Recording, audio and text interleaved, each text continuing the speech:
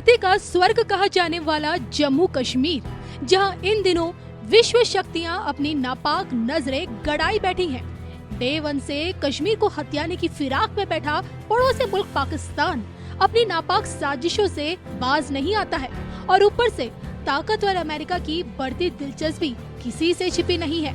यही कारण है कि जिस अखंड भारत का जम्मू कश्मीर अभिन्न हिस्सा है, उसने दुश्मनों को उनके घर में घुसकर मारा है, आतंक के आकाओं को पाताल लोक में जाकर ठोका है।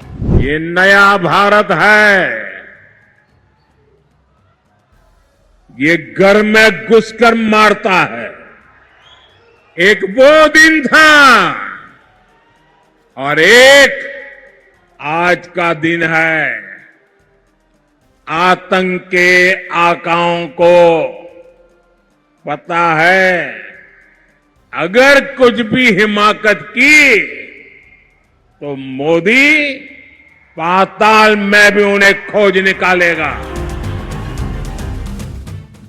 आज का जम्मू कश्मीर नए भारत के लिए क्या मायने रखता है, इसका अंदाजा इसी से लगाइए। यहाँ की देवभूमि से आदि शंकराचार्य ने दशों दिशाओं में सनातन की पताका लहराई। 370 हटने के बाद अब जब कश्मीर की फिजाओं में चुनावी डुगडुगी बजी है, तो ऐसे में तमाम सियासी पार्टियां चुनावी मैदान में हैं। 10 साल बाद जम्मू कश्मीर में वोटिंग हो रही है। जन्नत में जमहूरियत का जश्न चल रहा है। मतदाता बढ़ चढ़कर लोकतंत्र के इसी पर्व में हिस्सा ले रहा है और ऐसे में आवाम किसके हाथों में सत्ता सौंपेगी, इसी को लेकर धर्म ज्ञान पर 5 साल पहले ही राष्ट्रभक्त विश्वविख्यात सुदर्शन चक्र ज्योतिषाचार्य श्री सनबेत अशोका जी ने अकाट्य भविष्यवाणी कर डाली थी। 5 साल पहले ही भारत के विश्वविख्यात भविष्यवक्ता श्री सनबेत अशोका जी ने जम्मू कश्मीर की सियासी पिक्चर दिखा दी थी। न सिर्फ सीटें बल्कि मुख्यमंत्री तक के चेहरे को दुनिया के समक्ष रख दिया था। क्या भाजपा, क्या पीडीपी, क्या नेशनल कॉन्फ्रेंस और क्या कांग्रेस, इस जन्नत में इन तमाम सियासी पार्टियों का स्वाभिमान दांव पर लगा है। और ऐसे में कौन बनेगा जम्मू कश्मीर का किंग, देखिए सिर्फ और सिर्फ धर्म ज्ञान पर। जो आपका जम्मू एंड कश्मीर है, ये कैलकुलेशन तो आपकी 87 सीट्स के हिसाब से है, लेकिन इसमें से अगर 5 सीट आप निकाल देते हैं तो 82 आपकी जम्मू एंड कश्मीर की सीट्स बनती हैं। 82 और 5 हो जाती हैं। तो 82 में से इस बार बीजेपी ना भूतो ना भविष्यति, जो अभी तक नहीं हुआ वो जम्मू एंड कश्मीर में होगा। और वो ये होगा कि बीजेपी जो है 42 प्लस सीट्स लेगी। बीजेपी जो है 42 प्लस सीट लेगी, प्लस माइनस में 5 ले लीजिएगा। 5 सीट नीचे भी हो सकती हैं, 5 ऊपर भी हो सकती हैं, लेकिन 42 आपका जो है सेंटर होगा। 5 आगे पीछे 42 की हो सकती हैं और भारी बहुमत से विजयी होगी। और जम्मू एंड कश्मीर का जो मुख्यमंत्री है वो आर इनिशियल से या ए इनिशियल से या एन इनिशियल से होगा। मोर देन 90% चांसेस हैं कि वो कश्मीरी ब्राह्मण होना चाहिए, क्योंकि मोदी जी जो हैं रिवार्ड करते हैं जिन्होंने बहुत ज़्यादा सहा होता है, स्ट्रगल किया होता है, और जिन्होंने मेरे ख्याल से कश्मीरी ब्राह्मणों से ज़्यादा किसी ने नहीं। जम्मू एंड कश्मीर में जो 90 के बाद जो कत्लेआम हुआ उसमें सबसे ज़्यादा जो प्रताड़ित हुए हैं, दर दर की ठोकरें खाई हैं, वो हैं जम्मू एंड कश्मीर के ब्राह्मण। तो वो यहाँ रिवार्ड तो करेंगे। एस्ट्रोलॉजी भी यही कह रही है, आर ए या एन इनिशियल में से कोई एक बीजेपी का मुख्यमंत्री होगा, वो ब्राह्मण होगा। पूंछ बैकग्राउंड से हो सकता है, JNK का हो सकता है, और बहुत ही फायरी ब्रांड होगा। और वो जम्मू एंड कश्मीर की कमांड को बहुत ही बुद्धिमत्ता से निभाएगा।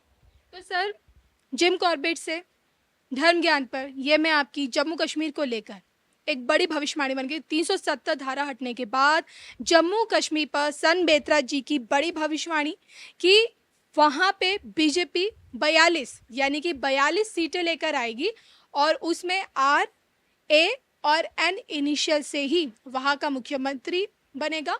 और साथ ही मैं ये भी बोल दूँ कि साथ में जो मुख्यमंत्री पद पे जो आसीन होगा वो प्योर ब्राह्मण होगा।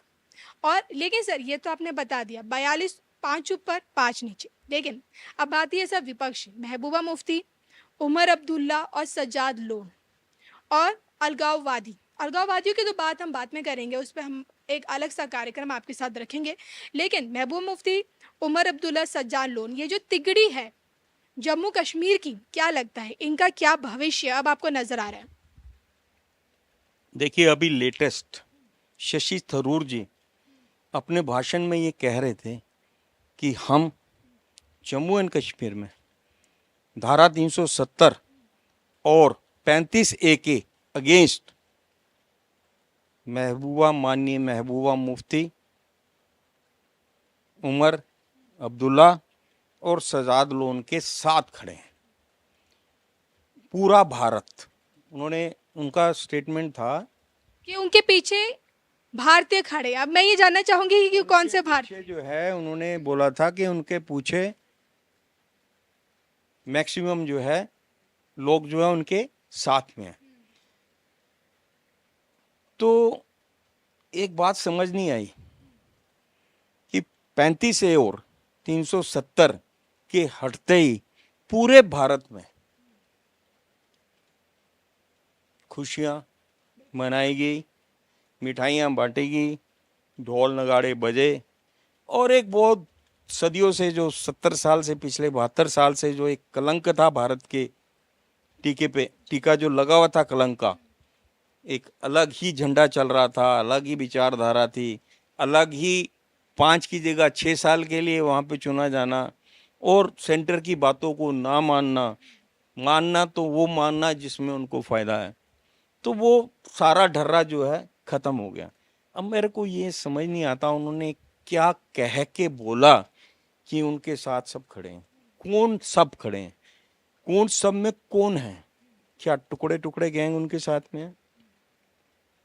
क्योंकि इस टाइम जम्मू एंड कश्मीर के साथ क्या तो टुकड़े टुकड़े गैंग हो सकता है, या फिर टीएमसी हो सकती है, जो तुष्टीकरण वाले हैं, जो माइनॉरिटी की राजनीति करने वाले हैं, माइनॉरिटी की राजनीति करने वाले इनके पीछे खड़े हो सकते हैं, या फिर अवार्ड वापसी गैंग, या फिर देश में वो विघटनकारी सारी ताकतें जो ये नहीं चाहती, ये देखना नहीं चाहती कि भारत स्पीड से उन्नति करे।